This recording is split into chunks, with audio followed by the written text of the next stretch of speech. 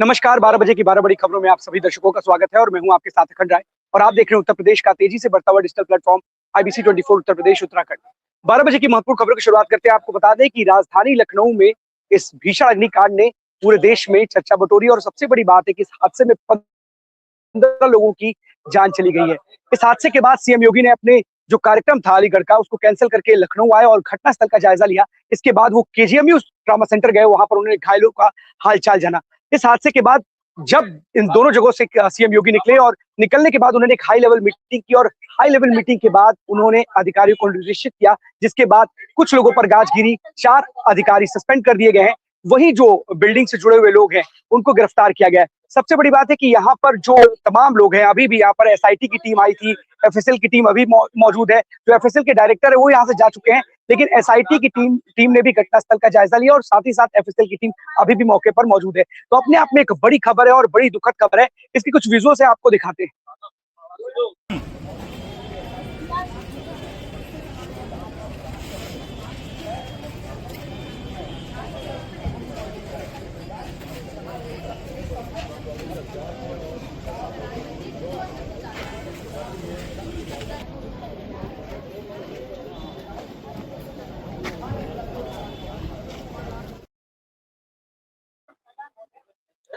बिल्कुल, आप वो तस्वीरें देख रहे थे, घटनास्थल की थी और जिस तरीके से SIT की टीम यहाँ पर आई और उसके बाद FSL की टीम है और एक-एक चीज, एक-एक बिंदु पर कहीं न कहीं उस पर पड़ताल कर रही है और जो भी एरिया है उसको कहीं न कहीं कवर कर लिया और हर एक चीज की वीडियोग्राफी की जा रही है। लेकिन इस दुखद हादसे ने कहीं न कहीं झकझोर कर रख दिया है और इस हादसे के बाद जो लखनऊ के सांसद है राजनाथ सिंह भी आए थे और वो भी घटनास्थल पर आए थे। उसके बाद वो KGMU में भी गए थे और वहां पे भी घायलों से हालचाल जाना था। लेकिन इसको लेकर के एक सवाल खड़ा हुआ है कि आखिरकार किस तरीके से जो रेजिडेंशियल इलाके हैं वहां पर किस तरीके से कमर्शियल एक्टिविटीज को बढ़ावा मिल रहा है और लगातार रेजिडेंशियल एक्टिविटीज में कमर्शियल एक्टिविटीज की जा रही है। और इस बिल्डिंग से जुड़ी एक और बात सामने आ रही है कि 2016 में इस बिल्डिंग के ध्वस्तीकरण का आदेश आया था, लेकिन 2 महीने के बाद ही वो आदेश का कुछ पता ही नहीं चला और बिल्डिंग बनकर के तैयार हो गई थी और इसके बाद यहाँ पर बिल्डिंग का संचालन भी हो रहा था और यहाँ पर basement, ground floor, first floor, second floor पे जो तमाम जो कमर्शियल एक्टिविटीज थी, गतिविधियां थी, वो चल रही थी। नीचे पेट शॉप थी, पेट शॉप के ऊपर कोचिंग थी और कोचिंग के ऊपर 3D एनिमेशन का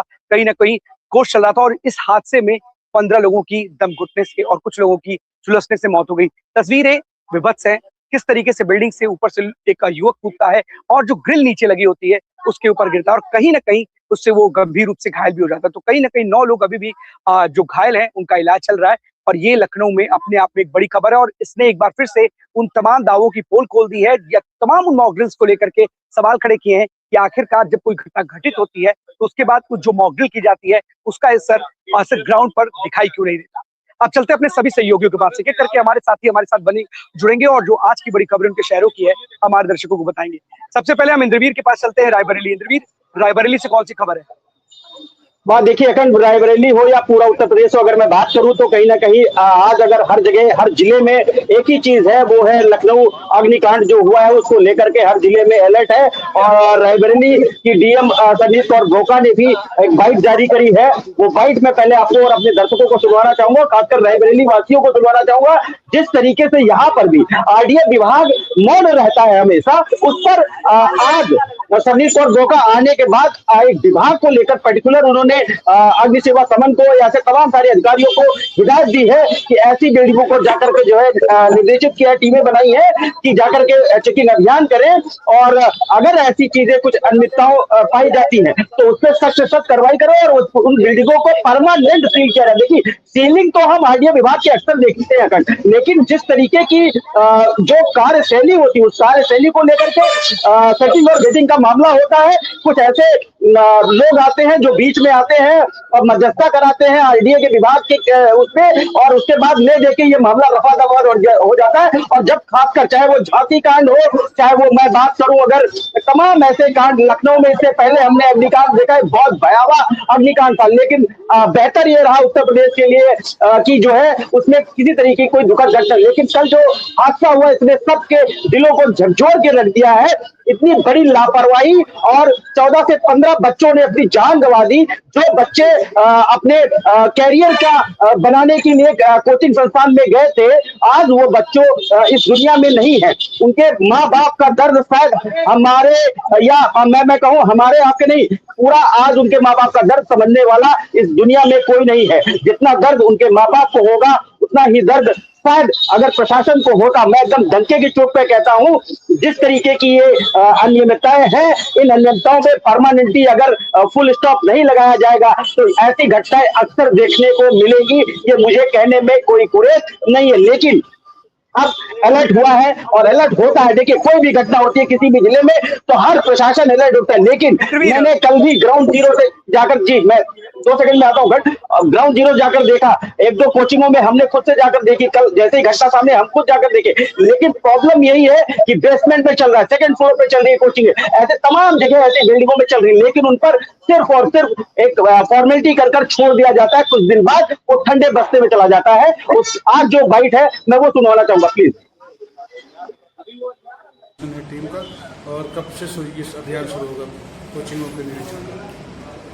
देखिए, जो कल लखनऊ में दुखद घटना हुई है, उसके क्रम में यहाँ पर भी जो जितने भी संस्थान हैं, जितने भी कमर्शियल संस्थान हैं, जितने भी कोचिंग सेंटर हैं या ऐसे संस्थान हैं जहाँ पर ज़्यादा लोगों का आगमन होता है, वहाँ पर फायर सेफ्टी के दृष्टिगत और इलेक्ट्रिकल सेफ्टी के दृष्टिगत और जो गतिविधियाँ हैं वो कमर्शियल नक्शे पर ही हों, इसको परीक्षण करने के लिए एसडीएम, फायर विभाग और जो विकास प्राधिकरण है इनकी और इलेक्ट्रिकल डिपार्टमेंट की, विद्युत विभाग की टीम गठित करी गई है, क्योंकि ये सभी जो हैं साथ में जाकर सभी संस्थानों का निरीक्षण करें, उन्हें हिदायत दें, उन्हें नोटिस दें कि किसी भी दशा में कमर्शियल अगर आप संचालन कर रहे हैं तो फायर सेफ्टी नॉर्म्स के अनुसार इलेक्ट्रिकल सेफ्टी नॉर्म्स को पालन करते हुए ही करें, और किसी भी प्रकार की घटना से बचाने के लिए उनको हिदायत दें।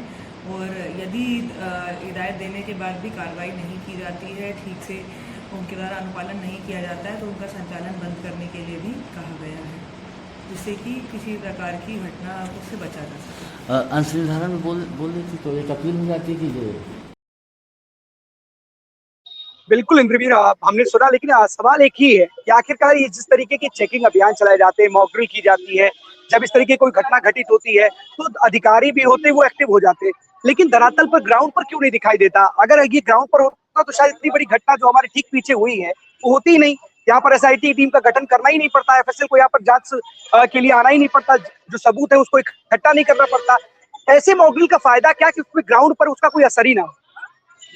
देखिए, अगर मैं इस पे सिर्फ आपको एक जवाब देना चाहूंगा, और हर जिले के प्रशासन को मैं ये तो नहीं, लेकिन मैं अगर बात करूं प्रशासन की, तो प्रशासन कोई भी घटना होती है, हम अग्निकांड नहीं, हम किसी भी बड़ी घटना को ले लें, जो ऐसी घटना घटित हो जाती है, उसके बाद चाहे वो पुलिस प्रशासन हो, चाहे वो और जिला प्रशासन हो, वो हर एक अधिकारी उसमें 2 से 3 दिन, 3 दिन तो बहुत ज्यादा हो गया, इसको 1 दिन 2 दिन करके ये मॉक ड्रिल करने के बाद शांत ठंडे पड़ जाते हैं। क्यों? क्योंकि उनके पास शायद वर्कलोड ज्यादा होता है, उनके उससे सवाल नहीं उठाते। लेकिन ये मॉक ड्रिल अगर एवरी 3 मंथ या 90 दिन 50 दिन के बाद लगातार अगर की जाए, तो ऐसे संस्थानों में जो अनियमितताएं जो होना चाहिए, दिशा निर्देश जिसके अनुसार ये घटनाएं घटी, या जो वहां पे फायर की ऐसी चीजें लगी होती है कुछ जगह, तो ऐसे मैं बताऊं आपको, शायद कहूंगा तो आप लोग मतलब लगेगा कि यार क्या बात है। जिस तरीके से हम लोग बात कर रहे हैं ना, हमने इससे पहले तस्वीर विकास भवन की दिखाई, सोशल मीडिया पर, रायबरेली के सोशल मीडिया पर बहुत तेजी से वायरल हुआ, और उससे आईडीसी 24 ने प्रमुखता के साथ खबर दिखाई। रायबरेली के विकास भवन, जहां से विकास का पहिया चलता है, वहां का फायर का जो इंस्ट्रूमेंट था वो एक्सपायर हो चुका था। सीडीओ अंजुलता जैसे उन्होंने चार्ज लिया, और अर्पित उपाध्याय के जाने के बाद जब मीडिया ने इसको उठाया, तो वहां पर 3 से 4 दिन में, 1 हफ्ते के अंदर वहां के इंस्ट्रूमेंट जो सिलेंडर होते हैं वो चेंज किए गए। 2023 के सिलेंडर 2026 में लगे थे, 25 में। तो आखिर देखिए, कहीं ना कहीं हम वही कहते हैं कि हमारे नाक के नीचे सब होता है, लेकिन हम गूंगे बहरे बने बैठे रहते हैं, और ये गूंगे बहरे बनने का नतीजा है जो लखनऊ में कल देखने को मिला है। आप उनका दर्द कभी नहीं समझ पाएंगे, आप उनके माँ बाप का दर्द, जिन्होंने अपना नौजवान बेटा या बेटी गवाई है, उनका दर्द कभी नहीं समझ पाएंगे। उसका एक नतीजा है कि सूबे के मुख्यमंत्री कल अलीगढ़ से उन्होंने सीधे पहुंचे हैं, उसके बाद डिप्टी सीएम को हमने रोते हुए देखा। ऐसी चीजों पर यही होगा कि आरडीए बिल्डिंग की जो शुरुआत करता है वही लाइसेंस देता है और उसके बाद वही उनको मानक नहीं होता, मानक के विपरीत वो जो काम कराते हैं और उनको पता होता है लगातार बिल्डिंगों। मैं अभी भी दिखाऊंगा, मैं अपने सामने मैं लाइव दिखाना चाहूंगा, शायद अगर कैमरे में आ जाए। आप सारस चौराहे पर है और सारस चौराहे पर ही आप ये देखिए, मैं आपको दिखाना चाहूंगा, ये देखिए शायद आपको दिख रहा होगा, सामने कैमरे में आ रहा होगा, ये भी एक कोचिंग का वो लगा हुआ है और ऊपर उसके देखिए किस तरीके का निर्माण हो रहा है बिल्डिंग का। और ये लखनऊ प्रयागराज हाईवे का है दृश्य, मैं आपको दिखाऊं। ऐसी तमाम बिल्डिंगें हैं जहां पर आरडीए जिस तरीके का होना चाहिए काम, उस तरीके का काम नहीं होता है और आरडीए इन सब पे मौन रहता है, ले दे के सेटिंग गेटिंग कर करके आरडीए विभाग मौन रहता है और ऐसे अधिकारियों के चक्कर में आज लोग अपनी जान गंवा रहे हैं। जी बिल्कुल जान गंवा रहे हैं। सबसे बड़ी बात है कि आखिरकार इतना बड़ा हादसा हो जाता है और लोग आज भी इससे कुछ सीख नहीं लेते। लेकिन सबसे बड़ी बात है कि जिन अधिकारियों, जिन कंधों पर ये जिम्मेदारी है, वो कब सीख लेंगे। इस तरीके के कोचिंग संस्थान कई बिल्डिंगों में चल रहे हैं, घरों में चल रहे हैं, छोटे छोटे देखिए मैं कहता हूँ कि मैं ऐसी पत्रकारिता करना चाहता हूँ कि शायद मुझे उस कहने के बाद कोई पछतावा ना हो। मैं फिर कहूँ, उनके घर का कोई बेटा बेटी थोड़ी ना मरता है, मुझे कहने में कोई बुराई नहीं है। अगर आप अधिकारी हैं, आपका बच्चा भी किसी कोचिंग में पढ़ता होगा, यहाँ नहीं पढ़ता होगा, कहीं और पढ़ता होगा, अगर उस जिले में वो घटना हो गई, उसमें आपका बेटा या बेटी चला गया, तो शायद आपको समझ में आएगा कि आप जिस कुर्सी पर बैठे इस कुर्सी का मतलब क्या होता है जनाब। जी हाँ, बिल्कुल सही बात है। और ये तस्वीरें जो रोने वाली आती है, चाहे वो नेताजी की रोने की हो, अधिकारियों की हो, भावुक हो जाते हैं। लेकिन सबसे बड़ी बात है, उन परिवार के आंसू कौन पूछेगा। उन परिवार के आंसू जो लगातार बह रहे हैं, उनके उस दर्द को कौन बांटेगा। कैसे जो 15 जिंदगियां इस अग्निकांड में खत्म हो गई, क्या उनको वापस लाया जा सकेगा, मुआवजे से उनका घर फिर से बसाया जा सकेगा, अपने जो खोए हुए लोग हैं क्या उनको वापस लाया जा सकेगा। ये तमाम ऐसे सवाल हैं जो अभी बने हुए हैं।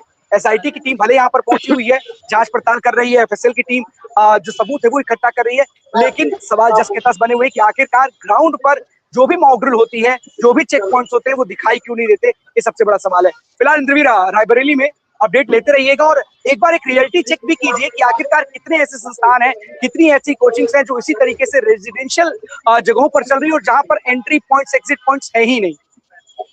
देखिए मैं आपको बता दूं, मैंने कल एडीएम प्रशासन सिद्धार्थ कुमार से बात करी थी और कल रात को ही देर रात आईबीसी 24 ने कई कोचिंगों में जाकर रेंडमली चेक भी किया था। बड़े बड़े कोचिंग संस्थानों में हमने जाकर चेक किया और हमने उससे एक खबर भी बनाई है और वो खबर भी आज हमारे दर्शकों को आ जाएगी। दूसरी चीज, हमने जब बात करी एडीएम प्रशासन सिद्धार्थ कुमार से, उन्होंने बताया कि उनके पास रजिस्टर्ड जो कोचिंग है वो सिर्फ 9 है। जब उनसे हमने क्रॉस क्वेश्चन किया बाई फोन कि सर इसमें प्रथम तल, सेकंड और ग्राउंड फ्लोर पे कितने कोचिंग सेंटर है, तो उन्होंने कहा इसका हमारे पास कोई डाटा नहीं है। अब आप सोचिए, प्रशासन ही जब ऐसा कह रहा है तो उनके पास 19 कोचिंग है, लेकिन 19 मैं आपको बताऊं शायद कि यहाँ पर आपको मिलेंगी 150 से ऊपर कोचिंग मिलेंगे जो कि हर गली, हर नाके, हर नुक्कड़ पर कोचिंग सेंटर चला रहे हैं। तो 19 के अलावा क्या और जो कोचिंगें चल रही वो अवैध है, और अवैध है तो चल क्यों रही है, ये बड़ा सवाल है आपके लिए।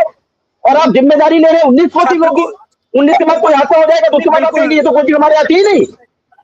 अरे आप कैसे सबसे बड़ी बात है कि उन छात्रों की, उन लोगों की जिंदगियों से शायद इन अधिकारियों को फर्क नहीं पड़ता जो इस ऐसे हादसों में अपनी जान गंवाते हैं। और यही कारण है कि लगातार इस तरीके के हादसों की भरमार है। लेवाना होटल कांड भी हमने यही लखनऊ में देखा था, उस पर भी कार्रवाई हुई थी और कहीं ना कहीं ऐसा लग रहा था कि ध्वस्तीकरण हो जाएगा, लेकिन हुआ कुछ नहीं। और इस बिल्डिंग में भी 2016 में ही इसके ध्वस्तीकरण का आदेश आया था, लेकिन 2 ही महीने में वो आदेश कहीं गायब हो गया और जस की तस बिल्डिंग बनी और आज फिर से इस बिल्डिंग के ध्वस्तीकरण का आदेश जो सुनने में आ रहा है, लिखित नहीं आया है, लेकिन ध्वस्तीकरण की कार्रवाई की जा सकती है।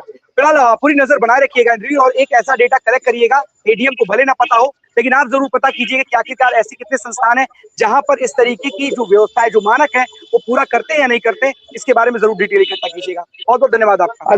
ज्ञानेंद्र के पास चलते हैं प्रतापगढ़। ज्ञानेंद्र, प्रतापगढ़ से कौन सी खबर है? बिल्कुल, देखिए अखंड प्रतापगढ़ से 2 बड़ी खबरें हैं, लेकिन पहली खबर लखनऊ से ही रिलेटेड है। देखिए दिल्ली अग्निकांड और प्रतापगढ़ अग्निकांड सेम टू सेम मिलता है, लखनऊ अग्निकांड भी सेम टू सेम मिलता है। ये बात 2015 19 जून, ये बात अगर करें तो 19 जून का ही महीना चल रहा है और ठीक मुश्किल से 4 से 5 दिन ही हुए हैं।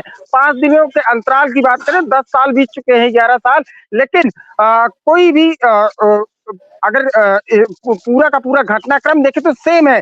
जिस तरीके से पीछे लखनऊ में पीछे के दीवार तोड़ करके अंदर घुसा गया, वैसे ही प्रतापगढ़ में भी 19 जून 2015 के दिन सुबह तकरीबन सुबह माफी चाहूंगा, रात को तकरीबन 1 से 1:30 बजे के आसपास आग लगी थी, जिसमें तकरीबन 20 लोग से अधिक उस होटल में मौजूद थे। उस होटल का नाम था आर्यन होटल। और रात में आग लगती है, सुबह तकरीबन 3:30-4 बजे के आसपास लोगों को पता चलता है, लोग अपने कमरे में से निकलते हैं। जिस तरीके से लखनऊ के शॉर्ट्स दिखे हैं, उसी तरीके से 2015 में तीसरी मंजिल से लोग कूदते हुए दिखे थे। सेम कंडीशन थी, लोग अपने जान को बचाने के लिए किसी तरीके से होटल के बाहर निकलना चाहते थे। धुआं भर चुका था, पीछे से प्रशासनिक अमले ने जो है तोड़ करके अंदर से घुसा गया था, बाहर से फ्रंट एंट्रेंस से घुसा गया था, बैक से एग्जिट से दीवार को तोड़कर घुसा गया था। सेम अगर मैं बात करूं तो लखनऊ का जो कोचिंग अग्निकांड है और सेम प्रतापगढ़ का अग्निकांड मिलता जुलता नजर आ रहा है। इसमें 14 लोगों की प्रतापगढ़ में दम घुटने और जलने से मौत सिर्फ हुई थी, और जिसमें से कुछ लोग छत के भी जो डोर था वो भी लॉक था। तो सेम कंडीशन, सेम माहौल, सेम चीजें थी। उस समय समाजवादी पार्टी की सरकार थी, बस अंतर यह है कि आपकी भारतीय जनता पार्टी की सरकार है। लेकिन अभी आप कह रहे थे कि ध्वस्तीकरण, अगर बात करूं तो जो होटल मालिक हैं सुनील गोयल, वो भी भाजपा के एक जाने माने नेता हैं, और खास तौर पर देखा जाए कि व्यापारियों में उनकी अच्छी पकड़ है। उस दौरान तो उनके ऊपर मुकदमा दर्ज कर लिया गया था, लेकिन बेल भी भेज दिया गया था। लेकिन ध्वस्तीकरण की जो बातें कही जा रही थी, उस समय भी ध्वस्तीकरण के आदेश आ चुके थे। अग्निकांड के बाद आदेश आ चुके थे, लेकिन ध्वस्तीकरण, आज तक मैं बात कर रहा हूं, अभी तक ध्वस्तीकरण की कोई कार्रवाई होती है नहीं ज्ञानेंद्र, ऐसी क्या मजबूरी होती है कि आखिरकार इस तरीके से जब आदेश आता है, आदेश निकालने वाला भी कोई अधिकारी होगा, और जब उस आदेश को निरस्त भी करता होगा वो भी कोई अधिकारी होगा। तो आखिरकार ऐसा क्या हो जाता है कि कुछ दिन पहले जो ध्वस्तीकरण के आदेश आते हैं, अचानक से कुछ दिन बाद उन आदेशों पर पानी फिर जाता है, ये जो पूरी फाइल होती है वो गायब हो जाती है, स्टे मिल जाता है। आखिरकार ऐसा क्यों? बिल्कुल, एक कहावत है, एक लाइन कही जाती है, बाप बड़ा ना भैया, सबसे बड़ा रुपया। और ये कहा जाता है, ये सही, ये कहावत उस समय पे भी फिट होती है, और लखनऊ हत्याकांड में भी, लखनऊ हत्या ही कहा जाएगा इसको, लखनऊ हत्याकांड में भी फिट होती है। 2016 में भी उसको ध्वस्तीकरण के लिए तो बाप बड़ा ना भैया, सबसे बड़ा रुपया, रुपया खिला करके ध्वस्तीकरण के आदेश को कहीं किनारे फेंक दिया होगा। उसी तरीके से प्रतापगढ़ में आर्यन होटल हत्याकांड का नाम दिया गया था। हम लोगों ने हत्याकांड की तर्ज पे खबर चलाई थी, अग्निकांड एक किनारे कर दिया गया था। जिस तरीके से लोग छतों पर से कूद रहे थे, ये सवाल खड़ा कर रहा था कि अगर छत भी लॉक कर दिए गए, हर तरफ से लॉक है, लोग तोड़ तोड़ के अगर कूद रहे हैं, तो इसको एक तरीके से लोगों को अंदर मारने का प्रयास किया गया था, जिसमें एक सरकारी कर्मचारी भी जो बिजली विभाग का था, उसकी भी दम घुटने से और आग लगने से मौत हुई थी, जिसमें से 3 लोगों की मुझे बहुत अच्छी तरीके से याद है। वो पल मुझे आज भी याद आता है तो रूह कांप जाते हैं। सुबह 4 बजे जब मैं पहले कैमरा ओपन जैसे ही किया था, तो एक व्यक्ति छत से कूद रहा था। वो पल मुझे झकझोर देने वाले थे कि चौथी मंजिल से कूदा था, और वो पल जो वहां खड़े थे पूरे के पूरे झकझोर देने वाले पल थे। और जब कल वो शॉर्ट्स में देख रहा था, तो वो पल मुझे बार बार 2015 का दिन, 19 जून 2015 का दिन याद आ रहा था। तो एक वो पल और एक कल का पल झकझोर देने वाला था। लेकिन कार्रवाई के नाम पे बात करें तो ना नगर पालिका, ना प्रशासनिक अमला, ना किसी पुलिस कर्मचारी, ना फायर ब्रिगेड। आपको ये भी बताते चले जिस तरीके से इसमें भी नहीं ज्ञानेंद्र, एक सवाल ये भी है, क्योंकि इस सवाल का जवाब भी जानना जरूरी है, क्योंकि देखिए अग्निकांड हो चुका है, लखनऊ में भी इस तरीके की घटनाएं घटित हो चुकी है, और प्रतापगढ़ की जिस घटना का आप जिक्र कर रहे हैं उसे हुए भी काफी वक्त गुजर चुका है। लेकिन सवाल ये है कि आखिरकार उस घटना से अधिकारियों ने कुछ सीख ली क्या? जिस तरीके की एंट्री एग्जिट पॉइंट्स की बात होती है, और जिस तरीके से दरवाजे लॉक थे, जहां आप यहाँ प्रतापगढ़ की बात की जाए, लखनऊ में बात की जाए, एक पूरी पैक बिल्डिंग में इतनी ज्यादा लोगों की मौजूदगी होना और सिर्फ एक एंट्री पॉइंट और एक एग्जिट पॉइंट होना अपने आप में बड़ी बात है। और टेक्नोलॉजी का आजकल इस्तेमाल किया जा रहा है, बायोमेट्रिक व्यवस्था है, जिसकी वजह से डोर जो लॉक हो जाते हैं, लाइट कट जाती है, आग लग जाती है, डोर लॉक हो जाते हैं और कई लोगों की दम घुटने से मौत हो जाती है। ऐसे में एक बार फिर से ये आपसे जानना चाहेंगे कि जब प्रतापगढ़ में जब घटना घटित हुई थी, तो उसके बाद कुछ अधिकारियों ने उससे कुछ सीख ली, जो इस तरीके की जो संस्थान है या जो भी जितने भी इस तरीके की जो प्लेसेस है जहां पर एक ही आध या छोटे-छोटे जगहों पर ही इस तरीके के होटल्स चलाए जाते हैं, क्या उन जगहों पर कुछ सीख लेते हुए उनके खिलाफ कोई कार्रवाई की गई है, उनको हटाया गया वहां से? बिल्कुल, अगर कार्रवाई की बात करें तो कार्रवाई सिर्फ नाम भर की होती है और नाम भर की कार्रवाई की गई। मात्र 48 घंटे में उस घटना के बाद से 1 हफ्ते तक कार्रवाई चली थी। शहर में 18 होटल थे प्रेजेंट टाइम में जब ये घटना घटित हुई थी, तो 18 के 18 होटल पे किसी भी फायर एग्जिट के जो है रास्ते नहीं थे। तो 18 के 18 होटलों ये कह सकते हैं कि प्रशासनिक अमला अपना जेब भरने के लिए जब कोई कांड हुआ तो उसके बाद अपना जेब गर्म करने के लिए वो केवल कार्रवाई की गई। बात करें तो ऐसी कोई भी घटना होती है, उस घटना के बाद से पूरा यूपी दहल गया था। आगरा से लेकर के दिल्ली तक में 14 लोगों की मौत प्रतापगढ़ घटना के बाद हर एक जगह अलर्ट जारी किया गया था। प्रयागराज में भी काफी जोरों से कार्रवाई की गई थी, लेकिन केवल नाम भर की कार्रवाई थी। और आज की भी डेट में वो होटल जो आर्यन होटल था अब जिंदर होटल के नाम से जाना जाता है और उसी तर्ज पे आज भी चल रहा है।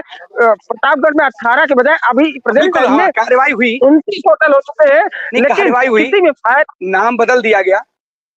बिल्कुल नाम बदल दिया ज्ञानेंद्र, कार्रवाई हुई उनकी तरफ से, जिनको कार्रवाई करनी थी उन्होंने कोई कार्रवाई नहीं की और जिसको नहीं करनी थी, जिसको सेफ्टी मेजर्स का ध्यान रखना था, जो मानकों को पूरा करना था, उस पर ध्यान नहीं दिया बल्कि नाम बदल दिया और सोचा कि नाम बदल देंगे तो सब चीजें बदल जाएंगी, सारी सिक्योरिटी पूरी हो जाएंगी, जो सुरक्षा के मानक है वो कंप्लीट हो जाएंगे, फायर की एनओसी मिल जाएगी, फायर एग्जिट के लिए एक अलग से रास्ता बन जाएगा। इस तमाम सवाल हैं जिस तरीके से ज्ञानेंद्र ने भी उठाए हैं, अपने आप में बड़ी बात है और लगातार एक के बाद एक इस तरीके की घटनाएं लगातार सवाल खड़े करती आ रही हैं।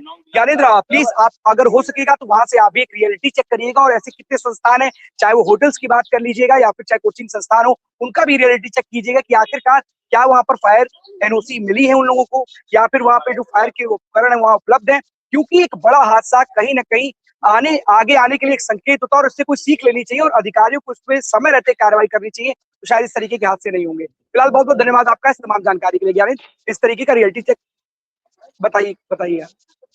बिल्कुल, एक खबर से और रूबरू कराते चले। प्रतापगढ़ का एक पुलिस कारनामा और बड़ा ही चर्चाओं में है। रविवार का दिन था, एक वैवाहिक जो है मसला प्रतापगढ़ के जटवाड़ा थाना अंतर्गत पहुंचा था, तो सबसे बड़ी घटना घटित हो जाती। थाने के अंदर कुछ देर पंचायत चलती है, उसके बाद थाने के अंदर ही मारपीट शुरू हो जाती है। एक महिला सिपाही जो जिसका नाम प्रीति है वो बीच बचाव के लिए पहुंचती है, तो सोचिए उसकी वर्दी वही थाने के अंदर पहले उसके साथ अभद्रता की जाती है सिपाही के साथ और उसके बाद उसकी वर्दी फाड़ दी जाती है। प्रतापगढ़ पुलिस के ऊपर सवालिया निशान खड़े होते हैं कि एक पंचायत चल रही थी, उसी के दौरान उसी के थाने के अंतर्गत एक सिपाही के ही थाने में ही उसकी वर्दी फाड़ दी जाती है। सबसे बड़ी चीज आपको इस चीज बता दूं कि अचंभा नहीं होगा, कुछ साल पहले वही थानाध्यक्ष है जो पट्टी में पोस्टेड थे, इन्हीं थानाध्यक्ष को एक महिला ने स्कूटी से आई भरे थाने में थानाध्यक्ष को चप्पलों से पिटाई की थी और वही थानाध्यक्ष आज जटवाड़ा में है, उनके सिपाही के साथ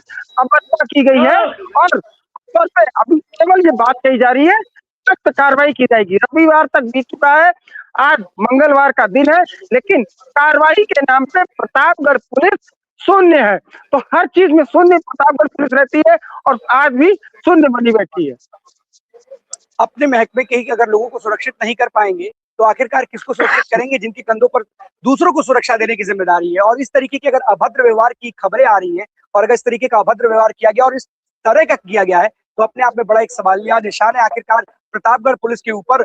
और सबसे बड़ी बात है कि अगर इतनी दिन बीत जाने के बाद भी उस पर कोई कार्रवाई नहीं हुई तो शर्म की बात है उन तमाम अधिकारियों के लिए जो इस खबर को देखने के बाद, जो इस घटना के बीत जाने के बाद भी अपने ही कर्मचारी को न्याय दिलाने में अपने हाथ खड़े कर चुके हैं। फिलहाल इस खबर पर जरूर नजर बनाए रखिएगा और जो आला अधिकारियों में उनसे बातचीत कीजिएगा और पूछेगा कि आप आखिरकार इस घटना के पीछे कार्रवाई ना होने की क्या वजह है। बहुत धन्यवाद आपका ज्ञानेंद्र। जितेंद्र हमारे साथ बने हुए बस्ती से। जितेंद्र, बस्ती से कौन सी खबर है? बिल्कुल अखंड, अगर बस्ती से बड़ी खबर की बात की जाए, फिलहाल जिस तरीके से हर एक पिता का सपना होता है कि उनके जो बच्चे हैं कहीं ना कहीं सरकारी नौकरी करे या तो किसी विभाग में या प्राइवेट विभाग के सही जगह पे अच्छी नौकरी करे, अच्छे पद पर। फिलहाल मामला कप्तानगंज थाना क्षेत्र का है, जहाँ पे एक पिता जो है अपनी बेटी को पुलिस परीक्षा के लिए वो वहाँ तैयारी कराता है। जब पेपर का समय आता है तो जो बच्ची है पेपर देने वहाँ पे जाती है, तो वहाँ पे एक इब्राहिम नाम के व्यक्ति से उसकी मुलाकात वहाँ पे होती है। इब्राहिम उसको एक भरोसा दिलाता है कि जो है पुलिस पेपर में जो है वो उसकी मदद करेगा, उसको नौकरी दिलाएगा, इस तरह का उसको झांसा देता है। फिलहाल जब पेपर देने के बाद वहां से आने के बाद कुछ दिनों बाद जिस तरीके से पहले पता चला कि पेपर लीक हो गया था, तो कहीं ना कहीं लगभग उसने जब नौकरी देने की बात कही तो उनके पिता के द्वारा कुछ पैसा भी उसको दिया गया। लेकिन जब पेपर लीक की बात आई उसके बाद फिर जब दोबारा पेपर होता है तो उसमें जब उसका नाम नहीं आया तो उसने उससे पैसे की डिमांड की, उनके पिता ने उससे पैसा मांगा। तो जबरदस्ती उसने पैसा नहीं दिया, तमाम तरह की जो बातें कहने लगा कि जो है हमारे 1 हफ्ते का समय दीजिए, 10 दिन का समय दीजिए, बात करते हैं, देखते हैं। लेकिन कहीं ना कहीं साफ कह सकते हैं जो चालाक व्यक्ति था जिसके द्वारा इस तरह से हरकत की गई, जिस तरीके से उसने काफी पैसा लिया, पिता ने यह भी कहा लगभग 80 से 85 लाख रुपए उससे ऐंठ लिए गए हैं। फिलहाल इस पूरे मामले में पुलिस ने मुकदमा दर्ज कर लिया है 3 लोगों के खिलाफ में। लेकिन पिता ने कहा जिस तरीके से उन्होंने अपनी जमीन बेची, तमाम ऐसी चीजें घटना उसमें सामने आई कि जमीन बेच के उसको पैसा दिया। पिता ने यह भी बताया कि जो व्यक्ति है उसने उससे पैसा लिया और ये भी कि जब पैसा मांगने पर उसने नहीं दिया तो उसने यह भी बताया कि यह कहा कि जो है अब जो पेपर लीक हुआ था उस पेपर लीक के मामले में आपके और आपकी लड़की और आपके बेटे का नाम आ रहा है इसमें, और अब आपको जो है या तो आपके पास जो है नोटिस आएगा, आप पे कार्रवाई होगी एसटी ऑफिस में जाके। कहीं ना कहीं उसको डराया गया, धमकाया गया, पूरे तरीके से उसको ब्लैकमेल करने की कोशिश की गई, जिस तरीके से डरा धमका के, और उसके नाम पे उनको उस केस से हटाने के नाम से मोटी रकम तक ऐठी गई। फिलहाल जिस तरीके से पुलिस परीक्षा को लेकर उस व्यक्ति द्वारा अपनी जमीन बेच के और जब डर की वजह से, क्योंकि एसआईटी का नाम लेने के बाद में जब डर सामने आ जाता है तो स्वाभाविक बात है डर के आगे सभी नतमस्तक हो जाते हो, कहीं ना कहीं उन्होंने पैसा दिया। लेकिन फिलहाल पुलिस ने मुकदमा दर्ज कर लिया है। बाकी जो 3 आरोपी है पुलिस द्वारा जल्द उनकी गिरफ्तारी भी की जाएगी। लेकिन पिता ने जो आरोप लगाए वो बड़े संगीन आरोप है कि 80 से 85 लाख रुपए सिर्फ डरा धमका के पेपर लीक के मामले, एसआईटी के द्वारा जांच के मामले में, इन सभी मामले, यहाँ तक कि ये भी बात सामने आई है खंड कि कोर्ट का भी लेटर लेके आया था, कि कोर्ट के द्वारा भी लेटर आया था कि कोर्ट से आपको तलब किया गया। तो इस तरह की चीजें तमाम सामने आई है। फिलहाल पुलिस ने मुकदमा दर्ज कर लिया है, आगे की कार्रवाई इसमें की जा रही है खंड। सबसे बड़ी बात है कि एक भर्ती के लिए इतनी बड़ी रकम दे देना, वो भी किसी ऐसे व्यक्ति को जिसको आप जानते नहीं है, तो अपने आप में पहली बात तो उनके ऊपर भी सवाल खड़े करता है। लेकिन अपने आप में एक बड़ी बात है कि इस तरीके से लोगों को गुमराह किया जाता है और उनको झूठा झांसा देकर के, इस तरीके की नौकरी का झांसा देकर के, जिसकी वजह से उन्होंने अपनी जमीन तक बेच दी। फिर भी पुलिस ने इस पूरे मामले में कार्रवाई क्या की है जितेंद्र? मुकदमा तो लिख लिया है, बड़ा मामला है, 80 से 85 लाख का मामला है, तो ऐसे में पुलिस ने अब तक क्या कार्रवाई की है? ठीक है, जिस तरीके से पिता के द्वारा बताया गया, उन्होंने जिस तरीके से तहरीर उसके बाद मुकदमा तो दर्ज हो गया, लेकिन अभी तक कोई गिरफ्तारी की बात सामने नहीं आई है। लेकिन ये चीज है कि जो 3 लोग इसमें, जो लोग नाम जैसे जो 3 लोग थे, इन तीनों को पर मुकदमा दर्ज है। पुलिस आगे जांच कर रही है, जांच के आधार पर जो भी कार्रवाई की वो की जाएगी। बहुत बहुत धन्यवाद आपका जितेंद्र, इस तमाम जानकारी के लिए। अपडेट नजर बनाए रखिएगा, जो भी अपडेट होगा हमारे दर्शकों को जरूर दीजिएगा। बहुत बहुत धन्यवाद आपका। सतीश के पास चलते, बदायूं। सतीश, बदायूं से कौन सी खबर है? जी सर, मैं बताना चाहूंगा कि जो नकलऊ में जो कांड हुआ है जिसमें 15 बच्चों की जान गई है, उसको लेकर अब प्रशासन जो है वो लगातार सचेत हो गया है। और लगातार जो प्रशासन है वो कोचिंग सेंटर हो या होटल्स हो या लाइब्रेरी हो, उन पर लगातार जो है वो जांच की जा रही है और उनकी जांच, जो उनके मानक हैं उनको चेक किया जा रहा है। नहीं, आपको बताना चाहेंगे कि ऐसे बहुत कम हैं जिनके रजिस्ट्रेशन है, बाकी जो अन्य जो बिना रजिस्ट्रेशन के जो लोग चला रहे थे उन लोगों में हड़कंप मचा हुआ है और वो लोग बंद कर करके भाग गए हैं। लेकिन जो जांच के जो टीमें लगाई गई हैं वो लगातार जांचें की जा रही हैं। सतीश, सबसे बड़ी बात है कि जब इस तरीके के हादसे होते हैं उसके बाद जांच करने वाली टीम होती है, वो जांच करने लगती है। लेकिन जब हादसे या फिर दिन पूरे हो जाते हैं या दिन बीत जाते हैं, ज्यादा दिन बीत जाते हैं, तो उसके बाद फिर सब ठंडे बस्ते में चला जाता है। आखिरकार बदायूं में भी ऐसे कई संस्थान होंगे, चाहे वो कोचिंग संस्थान हो या फिर कोई होटल हो, रेस्टोरेंट हो, ऐसी तमाम जो बिल्डिंग्स होती है जहां पर एंट्री एग्जिट पॉइंट ही एक होता है, इसलिए लोगों को खासा दिक्कत होती है। फायर की एनओसी नहीं होती है, फायर एग्जिट होता ही नहीं है। तो क्या ऐसी कोई जानकारी है कि बदायूं में ऐसे कितने संस्थान होंगे जहां पर इस तरीके की गतिविधियां और एक्टिविटीज होती हैं, जहां पर आने वाले समय में उनके लिए भी मुसीबत बन सकती है? जी बिल्कुल, मैं बताना चाहूंगा कि ऐसे दर्जनों सेंटर हैं जिनके ना तो कोई मानक है, ना ही इनकी एनओसी मिलती है इन्हें, ना ही कोई इनके रजिस्ट्रेशन होते हैं, जो लगातार कहीं छतों पे लेके डबल फ्लोर या नीचे अंडरग्राउंड में लगातार चोरी छिपे ये लोग सेंटरों को चलाते हैं, जिससे कभी भी एक बड़ा हादसा हो सकता है। जब एक ऐसा बड़ा हादसा हुआ जिसके बाद जो प्रशासन जागा है वो एनओसियां चेक की जा रही हैं, वहीं कोचिंग सेंटरों के जो संस्थान हैं उनके रजिस्ट्रेशन चेक किए जा रहे हैं। तो भैया हम आपको बताना चाहेंगे ऐसे दर्जनों सेंटर हैं जिन पे अभी छापेमारी की जा रही है, लेकिन जो लोग सेंटर स्वामी हैं वो सेंटरों को बंद करके फरार चल रहे हैं। भाई उन लोगों की जांच भी की जा रही है। बताएं। तो सेंटर पे अभी तो बंद करके चल रहे हैं, तो ऐसा कोई नियम क्यों नहीं लाते कि ऐसे सेंटर्स जहां पर इस तरीके के मानक पूरे ना हो उनको बंद ही कर दिया जाए। कोई फरार चल रहा है फिर वो वापस आ जाएगा जब ठंडे बस्ते में मामला चला जाएगा।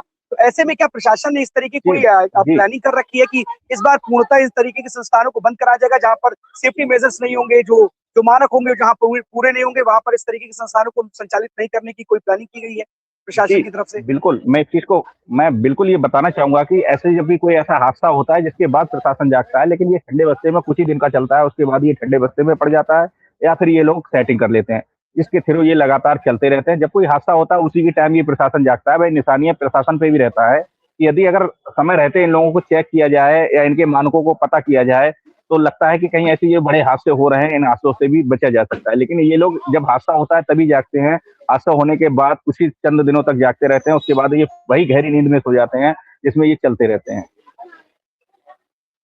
बिल्कुल सही बात है। अगर समय रहते ही हादसे होने से पहले ही सचेत हो जाए अधिकारी और जो नियम कायदे कानून है, लेकिन सवाल ये है कि बहुत सारे ऐसे लोग भी हैं जो नियमों को ताक पर रख करके इस तरीके के संचालन करते हैं संस्थानों का। उनके लिए भी एक बड़ी बात है कि आखिरकार क्यों वो सेफ्टी मेजर्स नहीं अपनाते हैं, जो मानक होते हैं उसको पूरा क्यों नहीं करते हैं, क्यों जुगाड़ तंत्र के भरोसे बैठे रहते हैं, ये भी एक बड़ा सवाल है। और अधिकारियों से चोरी छिपे मिली भगत के साथ इस तरीके के जो संस्थान है वो लगातार चल रहे हैं। फिलहाल खबर पर जरूर नजर बनाए रखिएगा सतीश, और जो भी अपडेट आएगा हमारे दर्शकों को जरूर दीजिएगा। बहुत बहुत धन्यवाद आपका।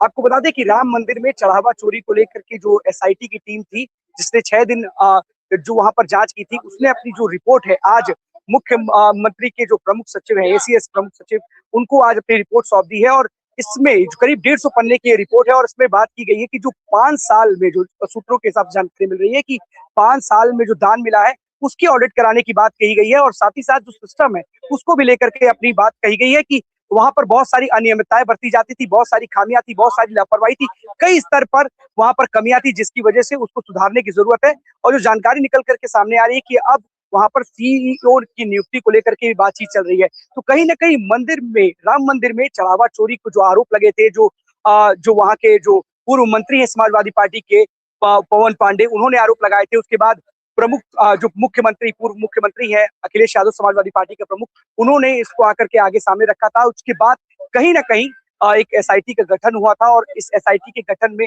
जो जांच हुई थी वो धीरे धीरे आगे बढ़ रही है।